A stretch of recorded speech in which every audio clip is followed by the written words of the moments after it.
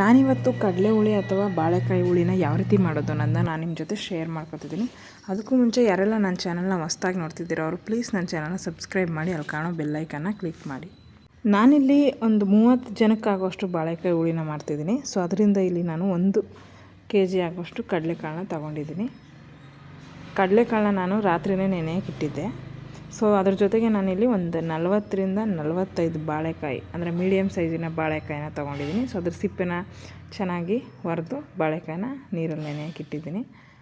So ಅದ್ರ ಜೊತೆಗೆ ನಾನು ಒಂದು 2 ನಿಂಬೆಹಣ್ಣು ಗಾತ್ರ ಸೈಜಿನ ಹುಣಸೆ ಹಣ್ಣನ್ನು ತೊಗೊಂಡಿದ್ದೀನಿ. ಸೊ ನಾನೀಗ ಮಸಾಲೆ ರುಬ್ಬಕ್ಕೆ ಒಂದು 20 ಸಣ್ಣ ಈರುಳ್ಳಿ, ಜೊತೆಗೆ ಒಂದು ಸ್ವಲ್ಪ ಕರಿಬೇವು, ಸ್ವಲ್ಪ ಕೊತ್ತಂಬರಿ ಸೊಪ್ಪು, ಒಂದು 10 ರಿಂದ 12 ಎಸ್ಲು ಬೆಳ್ಳುಳ್ಳಿ, ಸ್ವಲ್ಪ ಕಾಯಿ ಮತ್ತು ಕಡಲೆನ ತೊಗೊಂಡಿದ್ದೀನಿ. ಇದಿಷ್ಟು ಮಸಾಲೆ ರುಬ್ಬಕ್ಕೆ ಬೇಕಾಗಿರುವಂಥ ಐಟಮ್ಸು. ಸೊ ಅದರ ಜೊತೆಗೆ ನಾನಿಲ್ಲಿ ಒಗ್ಗರಣೆಗೆ ಒಣಮೆಣಸು, ಬೆಳ್ಳುಳ್ಳಿ, ಕರಿಬೇವಿನ ಸೊಪ್ಪನ್ನ ಬಿಡಿಸಿಟ್ಕೊಂಡಿದ್ದೀನಿ. ಈಗ ನಾನು ನೆನೆಸಿಟ್ಟಿರುವಂಥ ಕಡಲೆಕಾಳನ್ನ 1-2 ವಿಸಿಲ್ ಕೂಗಿಸ್ತಾ ಇದ್ದೀನಿ.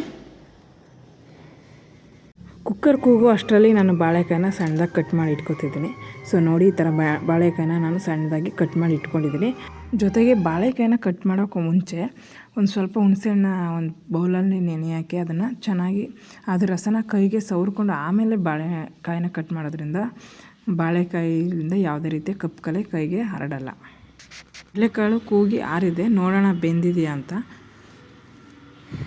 ಸೊ ನೋಡಿ, ಚೆನ್ನಾಗಿ ಬೆಂದಿದೆ. ಈಗ ನಾನು ಇದನ್ನು ಒಂದು ದೊಡ್ಡ ಪಾತ್ರೆಗೆ ಶಿಫ್ಟ್ ಮಾಡ್ಕೊತೀನಿ.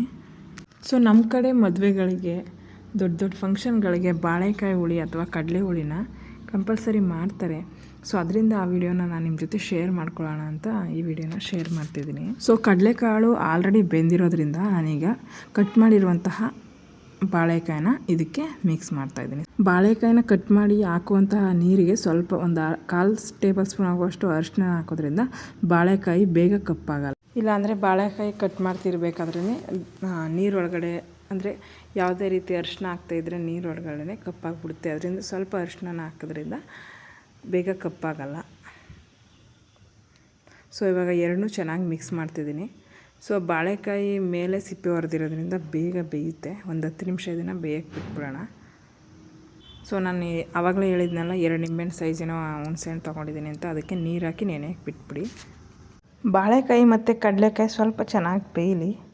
ಅಷ್ಟರಲ್ಲಿ ನಾವು ಇದಕ್ಕೆ ಬೇಕಾಗಿರುವಂತಹ ಮಸಾಲೆನ ರೆಡಿ ಮಾಡ್ಕೊಳ್ಳೋಣ. ಸೊ ನಾನು ಮಸಾಲೆಗೆ ಆವಾಗಲೇ ತೋರಿಸಿದ್ನಲ್ಲ, ಈರುಳ್ಳಿ, ಕಡಲೆ ಮತ್ತು ತೆಂಗಿನ ತುರಿ, ಕರಿಬೇವು, ಕೊತ್ತಂಬರಿ ಸೊಪ್ಪು, ಬೆಳ್ಳುಳ್ಳಿ ಇಷ್ಟನ್ನು ಹಾಕಿ ಚೆನ್ನಾಗಿ ರುಬ್ಕೊಳ್ಳೋಣ ಅದನ್ನು. ಸೊ ನೋಡಿ, ಈಗ ರುಬ್ಬಾಗಿದೆ. ಸೊ ಇಷ್ಟೆಲ್ಲ ರುಬ್ಬೋ ಅಷ್ಟರಲ್ಲಿ ಬಾಳೆಕಾಯಿ ಕಂಪ್ಲೀಟಾಗಿ ಬೆಂದಿದೆ. ಸೊ ಇದು ಚೆನ್ನಾಗಿ ಬೆಂದಿದೆ. ಇವಾಗ ನಾನು ಇದಕ್ಕೆ ಸಾಂಬಾರು ಪೌಡ್ರನ್ನ ಮಿಕ್ಸ್ ಮಾಡ್ತಾಯಿದ್ದೀನಿ. ನೋಡಿ, ಸಾಂಬಾರು ಪೌಡ್ರು ನಿಮ್ಗೆ ಎಷ್ಟು ಬೇಕೋ ಅಷ್ಟು, ಅಂದರೆ ಅತಿಯಾಗಿ ಯಾವುದೇ ಹುಳಿಗೆ ಸಾಂಬಾರು ಪೌಡ್ರು ಜಾಸ್ತಿ ಹಾಕಬಾರ್ದು, ಸ್ವಲ್ಪನೇ ಹಾಕಬೇಕು. ಅಂದರೆ ನಾನಿಲ್ಲಿ ಒಂದು 3 ಟೇಬಲ್ ಸ್ಪೂನ್ ಆಗೋಷ್ಟು ಸಾಂಬಾರು ಪೌಡ್ರನ್ನ ಹಾಕಿದ್ರೆ ಸಾಕು. ಇಷ್ಟು ಹುಳಿಗೆ ಅಷ್ಟೇ ಸಾಕು. ಜಾಸ್ತಿ ಖಾರ ಹಾಕಿದ್ರೆ ಹುಳಿ ಚೆನ್ನಾಗಿರಲ್ಲ.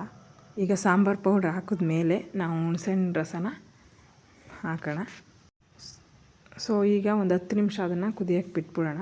ಅದಾದಮೇಲೆ ನಾವು ರೆಡಿ ಮಾಡ್ಕೊಂಡಿರುವಂತಹ ಮಸಾಲೆನ ಮಿಕ್ಸ್ ಮಾಡೋಣ. ಸೊ ನಾವೀಗ ರುಬ್ಬಿಟ್ಟಿರುವಂತಹ ಮಸಾಲೆನ ಮಿಕ್ಸ್ ಮಾಡ್ತಾಯಿದ್ದೀನಿ. ಸೊ ಇದು ಚೆನ್ನಾಗಿ ಮಿಕ್ಸಾಗಿ ಒಂದು ಕುದಿ ಬರಲಿ.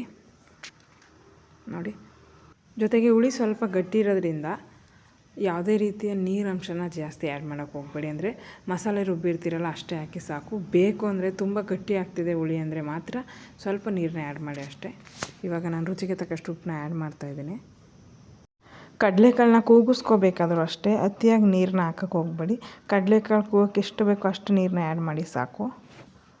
ಹುಳಿ ಮೀಡಿಯಮ್ ಆಗಿ ಗಟ್ಟಿಯಾಗೇ ಇರಬೇಕು, ತುಂಬ ತೆಳುವಾದರೆ ಚೆನ್ನಾಗಿರಲ್ಲ. ಅದರಿಂದ ಈಗ ಇದು ಕಂಪ್ಲೀಟಾಗಿ ಹುಳಿ ರೆಡಿ ಆಗಿದೆ. ಇವಾಗ ಚೆನ್ನಾಗಿ ಮಿಕ್ಸ್ ಮಾಡಿ ಒಂದು 5 ನಿಮಿಷ ಕುದಿಯೋಕ್ಕೆ ಬಿಟ್ಟು ಫೈನಲಾಗಿ ಒಂದು ಒಗ್ಗರಣೆ ಕೊಟ್ಟರೆ ಕಂಪ್ಲೀಟಾಗಿ ಹುಳಿ ರೆಡಿಯಾಗಿದೆ. ನೋಡಿ, ನಾನು ಆಲ್ರೆಡಿ ಆವಾಗಲೇ ಹೇಳಿದ್ನಲ್ಲ, ಎಣ್ಣೆ, ಸಾಸಿವೆ, ಬೆಳ್ಳುಳ್ಳಿ, ಒಣಮೆಣಸು ಹಣ್ಣು ಮತ್ತು ಕರಿಬೇವಿನ ಸೊಪ್ಪನ್ನ ಹಾಕಿ ಒಗ್ಗರಣೆ ಮಾಡಿದ್ರೆ ಕಂಪ್ಲೀಟಾಗಿ ಹುಳಿ ರೆಡಿಯಾಗಿದೆ. ನಮ್ಮ ಕಡೆ ಹೆಚ್ಚಾಗಿ ಮದುವೆ ಮನೆಗಳಲ್ಲಿ, ಫಂಕ್ಷನ್ಗಳಲ್ಲಿ ಜಾಸ್ತಿ ಕಡಲೆ ಹುಳಿನ ಮಾಡ್ತಾರೆ. ಸೊ ಅದರಿಂದ ನಾನು ಈ ವಿಡಿಯೋನ ನಿಮ್ಮ ಜೊತೆ ಶೇರ್ ಮಾಡ್ಕೊಂಡಿದ್ದೀನಿ. ನೀವು ಮನೇಲಿ ಒಮ್ಮೆ ಟ್ರೈ ಮಾಡಿ ಬಾಳೆಕಾಯಿ ಹುಳಿ ಅಥವಾ ಕಡಲೆ ಹುಳಿನ ಯಾವ ರೀತಿ ಬಂತು ಅಂತ ಕಮೆಂಟ್ ಮಾಡಿ. Thank you so much.